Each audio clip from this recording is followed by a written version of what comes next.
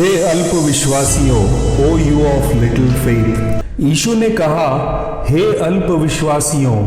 यह हम देखते हैं मत्ती के 6वें अध्याय वचन 30 में। यीशु अपने शिष्यों को चिंता के बारे में सिखा रहे थे, जो मनुष्य को पूरी तरह से खोखला बना देती है। इसीलिए वो अपने शिष्यों को किसी भी चीज की चिंता न करने बल्कि परमेश्वर में विश्वास रखने की शिक्षा दे रहे थे। परमेश्वर हमारा पालन करता है और हमारे गर्जों को निभाने वाला है। वो हमारा यहोवा ईरे है। हमें किसी भी चीज के बारे में चिंता करने की जरूरत नहीं है, लेकिन पहले परमेश्वर के राज्य की खोज करें और हमारी सभी आवश्यकताएं पूरी की जाएंगी। क्योंकि जो कुछ स्वर्ग और पृथ्वी पर है वो सब परमेश्वर का है। पृथ्वी और उसकी सारी संपत्ति यहोवा की है। मत्ती के 8वें अध्याय में हम एक सूबेदार और यीशु के बीच एक बहुत ही विशिष्ट और अनोखी बातचीत देखते हैं। एक सूबेदार, शायद वो एक रोमी सूबेदार यानी सेंचुरियन, रोमन कमांडर, एक अन्य जाति का था, यहूदी नहीं। वो यीशु के पास अपने नौकर की ओर से विनती करने के लिए आया था, जो लकवाग्रस्त था और भयानक रूप से पीड़ा में था।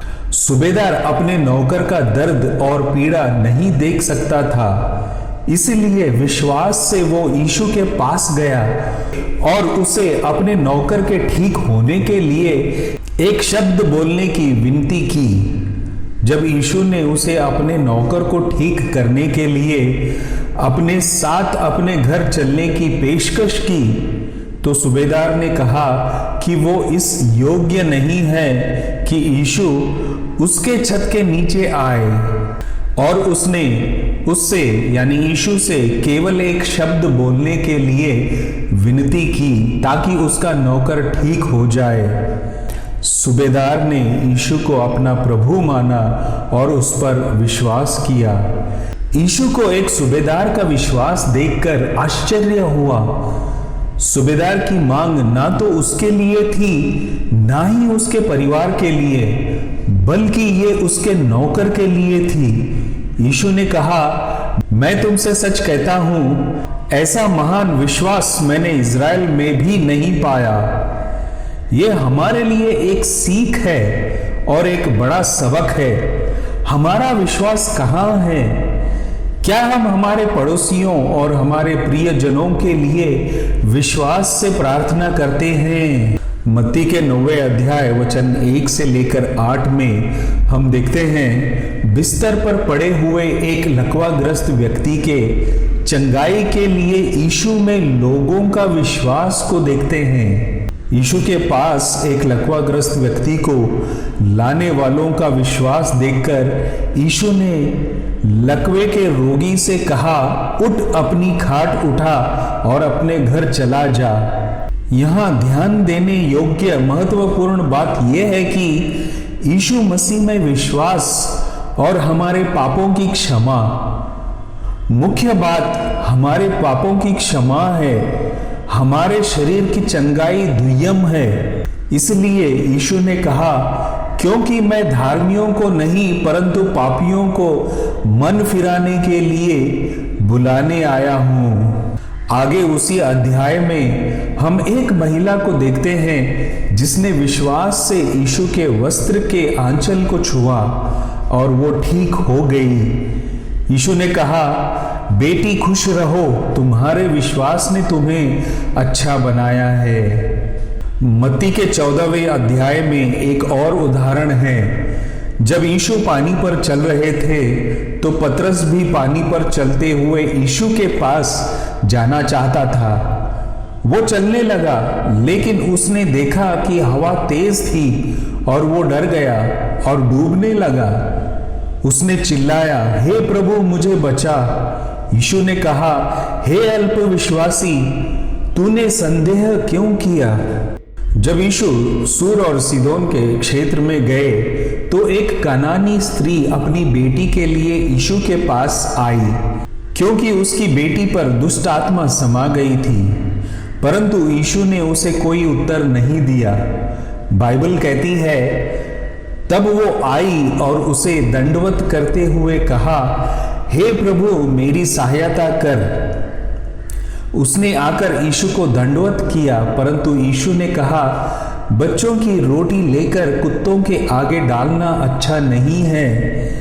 स्त्री ने बहुत दीन होकर उत्तर दिया, हे प्रभु, तो भी छोटे कुत्ते भी अपने स्वामी की मेज से गिरे हुए टुकड़ों को खाते हैं। वो अपनी योग्यता को स्वीकार करती है और खुद की तुलना एक छोटे कुत्ते से और यीशु को अपने स्वामी और परमेश्वर के रूप में करती है। इस कनानी स्त्री का विश्वास देखकर यीशु ने न केवल उसकी बेटी को ठीक किया, बल्कि ये भी कहा, हे स्त्री, तेरा विश्वास महान है। यीशु ने बार बार अपने शिष्यों को उनके विश्वास की कमी के बारे में डांटा। यह हम देखते हैं मत्ती के 16वें अध्याय वचन 8 में, मत्ती के 17वें अध्याय वचन 17 में। एक अवसर पर यीशु ने अपने शिष्यों को डांटते हुए कहा, तुम्हारा विश्वास कहाँ है? जब वे आंधी से डर रहे थे और डूब जाने का भय था, शिष्यों ने यीशु से कहा, हमारा विश्वास बढ़ाओ। शिष्यों के अनुरोध के उत्तर में यीशु ने उनके विश्वास के लिए प्रार्थना की। यह हम देखते हैं लूका के 22वें अध्याय वचन 32 में, उसी प्रकार यूहन्ना के 17वें अध्याय में।